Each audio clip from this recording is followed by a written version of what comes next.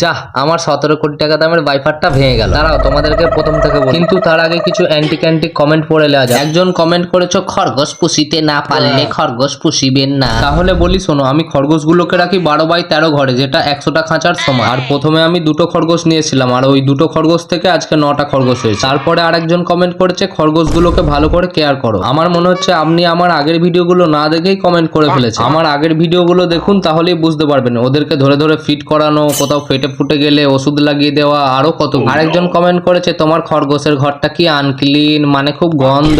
আরে ম্যাডাম, এটা হচ্ছে খরগোশ, এটা তো গরু নয়। এদের হিসুতে এত পরিমাণে অ্যাসিড থাকে যে বলার কথা নয়। এই দেখো মেঝেতে পড়েছে, মেঝেটা কিরকম লাল রঙের হয়ে গেছে। তাই জন্য প্রতিদিনই আমাকে ঘরটা পরিষ্কার করতে হয়। কিন্তু এরপর তোমরা বলবে যে আমি তো ভিডিওতে দেখতে পাই না। দেখতে পাবে বা কি করে? এটা তো আর আইফোন নয় যে রনে বনে জলে জঙ্গলে সব জায়গাতেই ব্যবহার করব, কিছুই হবে না। এটা হচ্ছে অ্যান্ড্রয়েড ফোন, এটাতে জল লাগলেই ম্যাও। বোঝা গেল মামনি? তাহলে এরপরে চ্যানেলটাকে সাবস্ক্রাইব করে নাও, যাতে আমি আইফোন 17 কিনতে পারি।